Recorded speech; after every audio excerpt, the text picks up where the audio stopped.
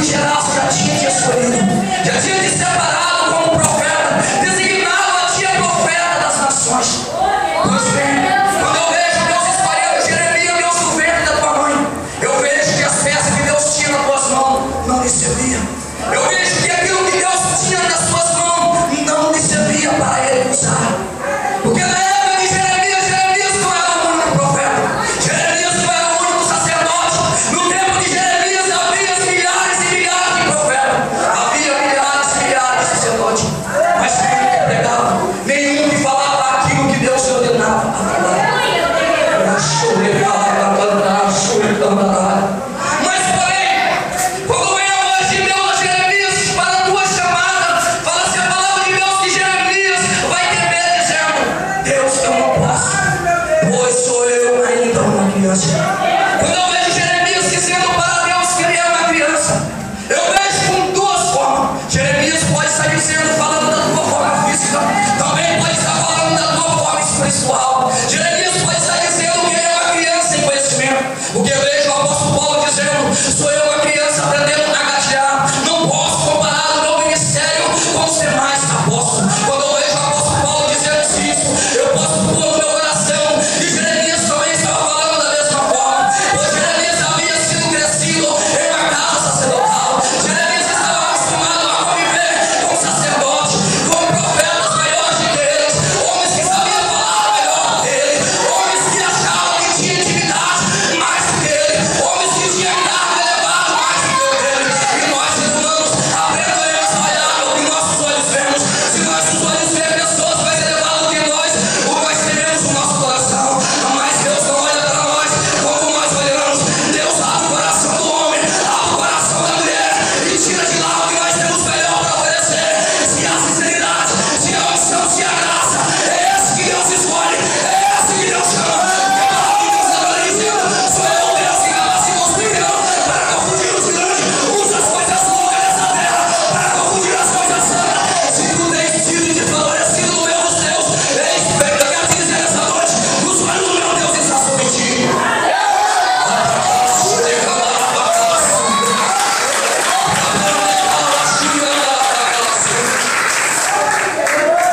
Mas quando nós teremos a chamada profética sobre nossas vidas, Deus vai sempre nos encorajar. Fala-se a palavra do Senhor que Deus vai colocar na boca de Jeremias, vai colocar essa palavra na boca de Jeremias. Depois Deus vai abrir a visão de Jeremias e vai dizer: Jeremias, o que vê? Jeremias vai responder para Deus dizendo: vejo um galho de amendoeira e flores. Deus vai responder para Jeremias dizendo: pois viste bem. E ponto final. Pois celo com minha palavra. Quando eu vejo Deus dizendo isso para Jeremias: pois viste bem, pois eu selo com minha palavra, eu tive curiosidade de querer saber qual é o significado de Deus ter mostrado em visão para Jeremias um simples galho de amendoeira. Eu tentei de todas as formas pesquisar, estudar, mas não consegui obter esse muito êxito. Pois a única coisa que eu achei que poderia ser proveitosa no meu estudo foi que a amendoeira é capaz de germinar e dar flor em pleno inverno.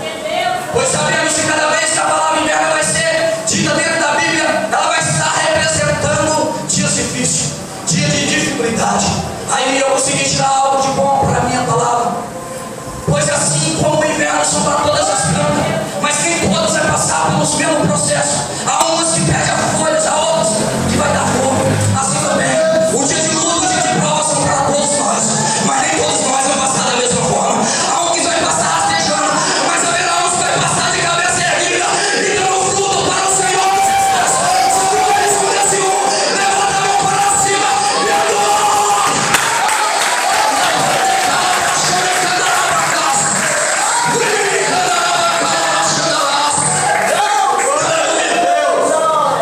Mas pois bem, essa era a minha teoria. Eu queria obter algo de dentro da Bíblia. Como eu tinha buscado a minha teoria e eu dei a palavra de Deus, a palavra de Deus devendo dizer: me vos sair demônio, que eu os ajudarei. Eu dobro o meu joelho e pergunto para Deus: aonde está a resposta disso? Deus me convida aí no livro de Números, capítulo 17. E quando eu chego lá, eu tenho uma surpresa. E o que eu vejo lá é Deus mandando Arão, mandando as tribos de Israel preparar uma vara. Oh, aleluia! É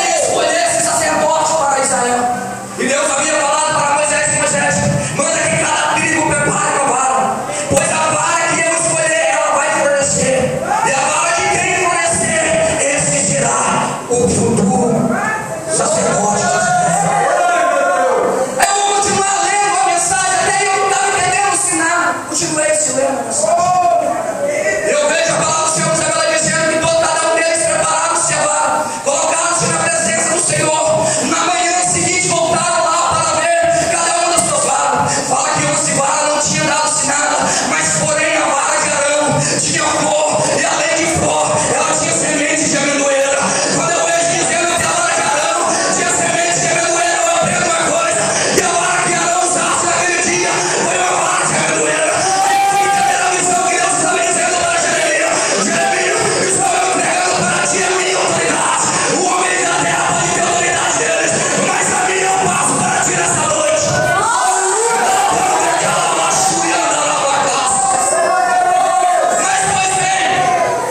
Mas até então eu não estava entendendo ainda direito. Eu vejo Deus dizendo para Moisés: Moisés, tira as 11 varas que não deu flores, porém de Arão fica. Não achou e calabasou. Porque com essa vara, Moisés, irei castigar todo aquele Israel que pecar contra mim. Achou e calabasou. Aí eu fui entender quando Deus está dizendo para Jeremias: Jeremias, eu selo com minha palavra o que eu disse para Moisés lá atrás.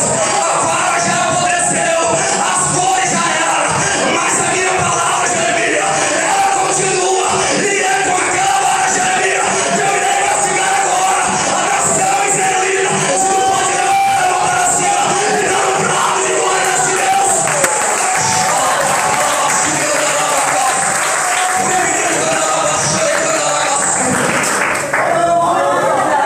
Então eu entender que Deus estava dizendo para Jeremias naquela noite, naquela tarde, quando ele disse: eu zelo com minha palavra. Ele estava trazendo a recordação de Jeremias, o que ele tinha falado para Moisés há milhares de anos atrás, quando ele disse: com essa vara eu castigarei este povo. Quando ele está mostrando em Jeremias em visão na vara de amendoeira, ele está dizendo: com essa vara, Jeremias, que um dia eu fiz florescer para Arão, hoje ela é tua. Hoje eu te dou autoridade para julgar as nações, para fazer as nações muito bem entenderem. Eu te dou hoje autoridade, Jeremias. Mas porém, eu aprendo uma coisa dentro da Bíblia: que Deus não coloca ninguém na batalha sem antes preparar-se ele. Porque no contexto seguinte eu vejo Deus dizendo para Jeremias: Jeremias, tu irás pregar a minha palavra, mas vão se levantar contra ti, vão tentar passar no teu ministério, vão tentar te matar, vão tentar te afunilar. Mas tem um porém, Jeremias, não se preocupe, porque eu sou o teu Deus e sou contigo nessa peleja.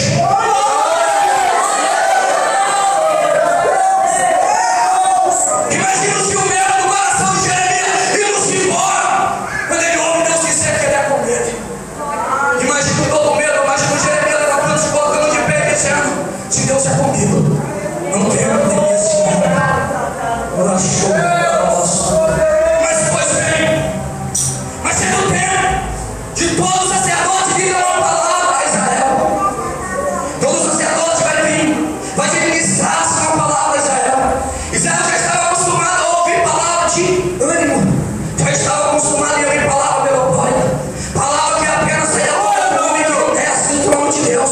Israel já estava acostumado a ouvir os sacerdotes passassem a mão na cabeça deles. Mas chega a vez de Jeremias administrar a palavra.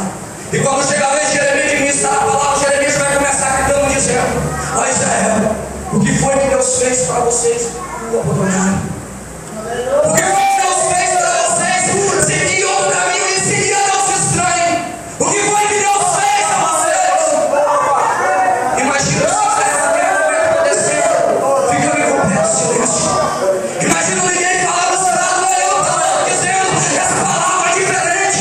Nem o sacerdote fala assim isso para nós, ele está falando diferente nessa data, começa amanhã. Mas quando Jeremias recebeu a tua mensagem, fala assim a palavra de Deus que levanta-se um sumo sacerdote com nome consul, vem em direção a Jeremias e lhe fere com capa no rosto. Que ele é jogado ao chão com capa no rosto. Quando eu vejo isso, eu aprendo uma coisa dessa mensagem. Eu aprendo que nem sempre a aflição virá de baixo, nem sempre a afronta virá de baixo. Haverá um momento que a afronta virá de cima. E neste momento tu terás que estar preparado para receber-se ela e passada não glória a Deus. Porque quem te chamou para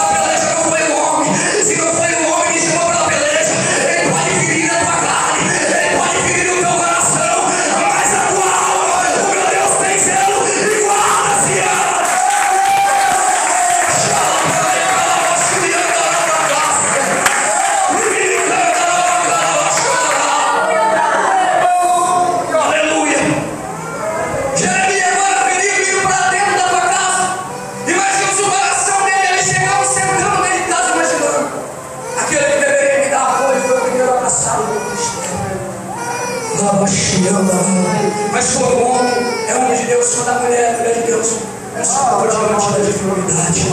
Ele sabe que a dificuldade não é para fazer ele chorar. E sim para que esse Espírito Santo de Deus brilha sobre a vida dele no meio da dificuldade, no meio do deserto, no meio do vale. É para que Deus se revele sobre as nossas vidas. Porque em meio da dificuldade, quando nós estamos no meio do mar bravio, aí nós ouvimos a voz de Deus dizendo: aqui é a esse mar, acalma sua vento. E nesse momento nós olhamos e vemos que ainda que nós parecemos ser só mais um em nossa terra, Deus nos chamou para fazer a diferença.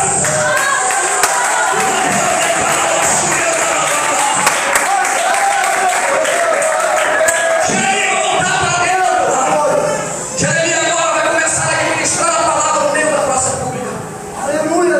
Falando sobre o sacerdote ou vestígios. Quando o consul fica sabendo disso, ele não se contenta mais em apenas dar um tapa no rosto de Jeremias. Ele manda amarrar Jeremias agora no seco e soltear Jeremias. E deixar Jeremias ali a noite inteira amarrado. Eu imagino como se passou na cabeça de Jeremias durante essa noite inteira. Eu imagino as lágrimas correndo dos olhos de Jeremias picando no chão.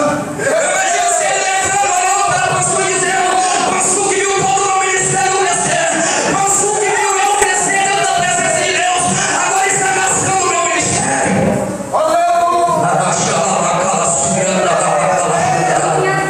Não quero ofender os companheiros de ministério hoje de noite, mas eu vou falar. Tempo de ministério não apresenta negrência a Deus. Tempo de ministério não dá salvação sem ninguém. Tempo de ministério não dá intimidade ninguém com Deus. O que dá intimidade com o homem com Deus é jejum e oração e descer para buscar Ele. Tempo de ministério é tempo da consequência da tua vida espiritual.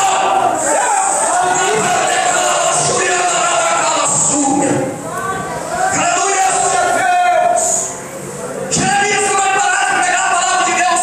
Na manhã seguinte eles vão soltar Jeremias do seco.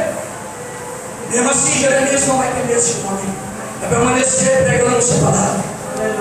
No versículo 18 a 19, se não me foge a memória, eu vejo Deus dizendo para Jeremias: Jeremias, desce-se a casa do oleiro, porque lá, Jeremias, eu falarei contigo. E quando Jeremias chega lá, ele toca o oleiro construindo um vaso. Todo mundo conhece essa pregação. Quando o vaso se quebra, Deus fala para Jeremias: não posso assim fazer com Israel, não posso quebrar Israel, constituir, fazer deles uma nova nação, pois levarei eles a cativeiro, e lá dentro de cativeiro eles saberão que sou eu, Deus deles. Lá dentro de cativeiro eles lembrarão que eu sou o vosso Deus e que eles é meu povo.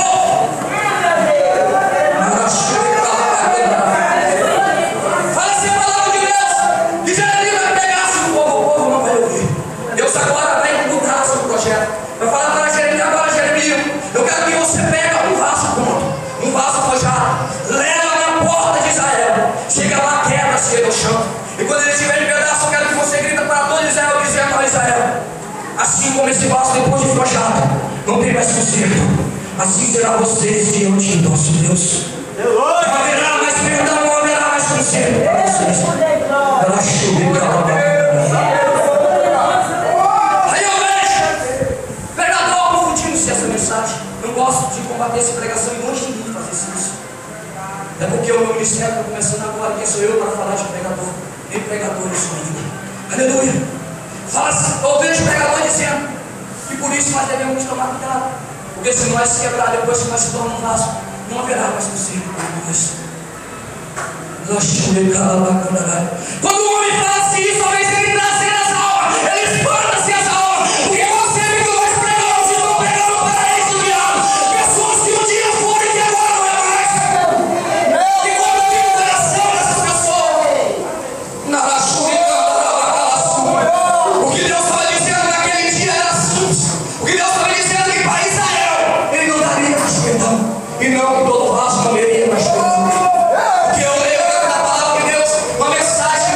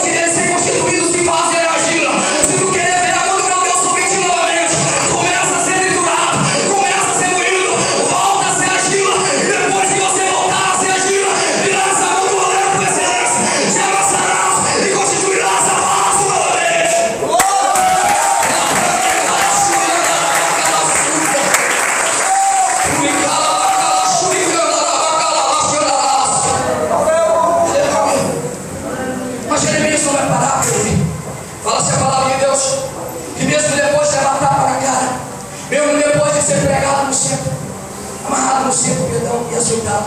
Jeremias vai continuar pregando a palavra de Deus. Fala-se a palavra de Deus que chega um certo dia, que eles pegam Jeremias e jogam Jeremias dentro de um calabouço. Dentro do calabouço não havia esse água, mas havia esse lama. E fala-se a palavra de Deus que Jeremias atola no meio daquela lama. Eu imagino a mente de Jeremias neste momento. Eu imagino neste momento ele perguntando para Deus: Deus, onde está a tua promessa? Porque sempre que passamos pelo momento difícil, sempre que passamos pelo momento de dificuldade, a primeira coisa que nós perguntamos é onde está a promessa de Deus sobre a nossa vida. O que foi que aconteceu com aquilo que Ele nos prometeu? Que não aconteceu nada, que tudo continua da mesma forma. Eu imagino Jeremias falando para Deus: Deus, no primeiro chamado que tu me fizeste, tu disse que eles se levantaram e eles se levantaram. Tu disse que eles iam caçar no meu ministério, eles caçaram. Tudo isso foi verdade. Mas porém, tu disse para mim não se preocupar, que tu serias comigo. E deu o teu evangelho, Deus, eu levei tapa na cara, fui chicoteado, e agora estou aqui dentro do calabouço, e aonde tu estás? Da chuva calabaca. Eu imagino que na resposta de Deus, ouvindo Jeremias dizendo: estou aqui, Jeremias, bem do teu lado.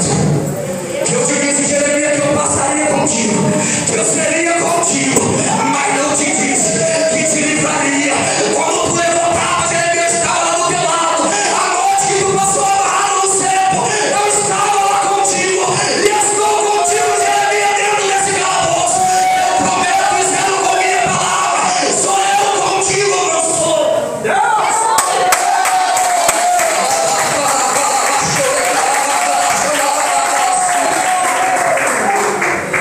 Quem sabe você tem que perguntar a Deus onde quer que Deus está. E nessa noite vem a resposta de Deus para você: Ele está bem do teu lado. Não te preocupe se a bênção não chegou ainda sobre a tua vida. Se aquilo que tu tem por você vem buscando, a porta que você vem batendo, e ela ainda não se abriu.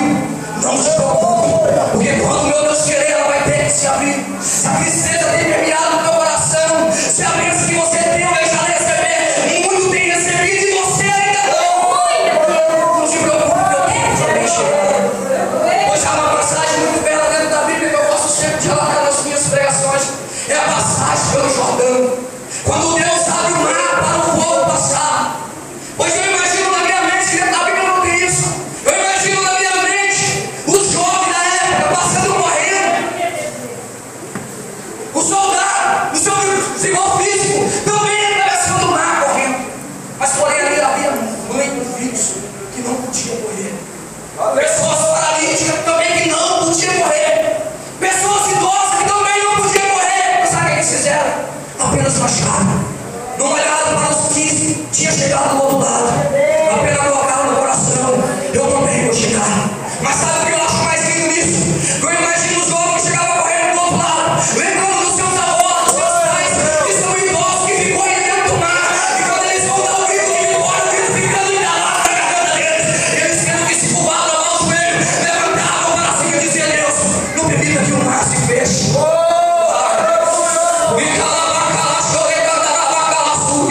Naquela tarde eles cantaram o hino da vitória, mas para eles cantarem o hino da vitória, teve que esperar a última pessoa atravessasse o mar, porque só depois que o mar se fecha, Miriam pega o meu pandeiro e bate e grita: se Israel, só o Senhor é Deus.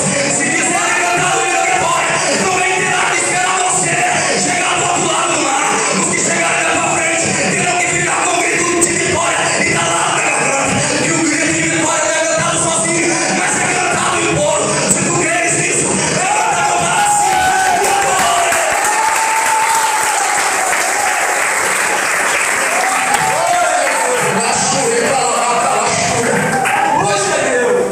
Mas fala-se a palavra de Deus, que mesmo assim Israel não quer ouvir a palavra de Deus. Deus vai preparar o coração de um homem lá dentro do calabouço, vai entrar Jeremias, vai pôr Jeremias preso dentro do palácio. Mas quando o povo não quis render-se às palavras de Deus, Deus não viu outra coisa a não ser deixar aqueles lá para ti. Quem sabe a provação que você tem passado hoje te fez chorar. Quem sabe o laço que você caiu tem feito você plantear e perguntar para Deus: Deus, por que disso sobre a minha vida? Mas lembra quantas vezes que Ele te avisou? Lembra quantas vezes Ele te falou: filho, não trilha por esse caminho. Se tu trilhar por esse caminho, haverá sofrimento. sofrimento. Haverá, Senhor.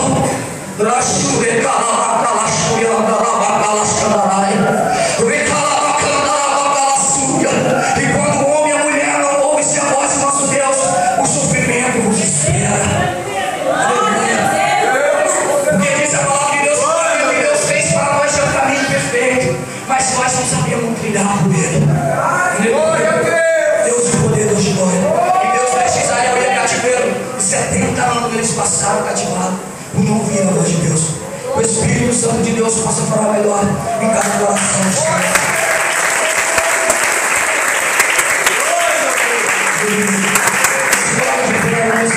Pastor, o irmão Gilmar, que está orando por coração nessa noite.